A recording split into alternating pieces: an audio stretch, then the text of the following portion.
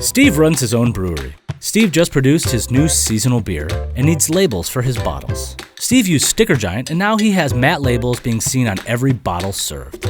Jennifer is starting her own beauty cosmetic line. Jennifer needs clear labels that can promote her brand and show off her product.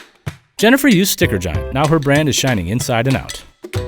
Mark is an up-and-coming tattoo artist. Mark just purchased his first location and wants to get his shop brand out there. Mark used Sticker Giant for some die-cut stickers. Now every customer leaves with a fresh tattoo and sticker to promote his brand.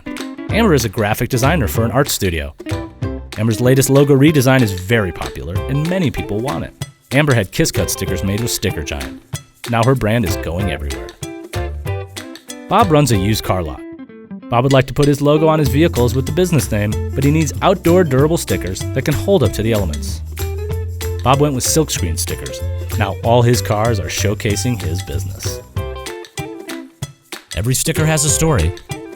What's yours?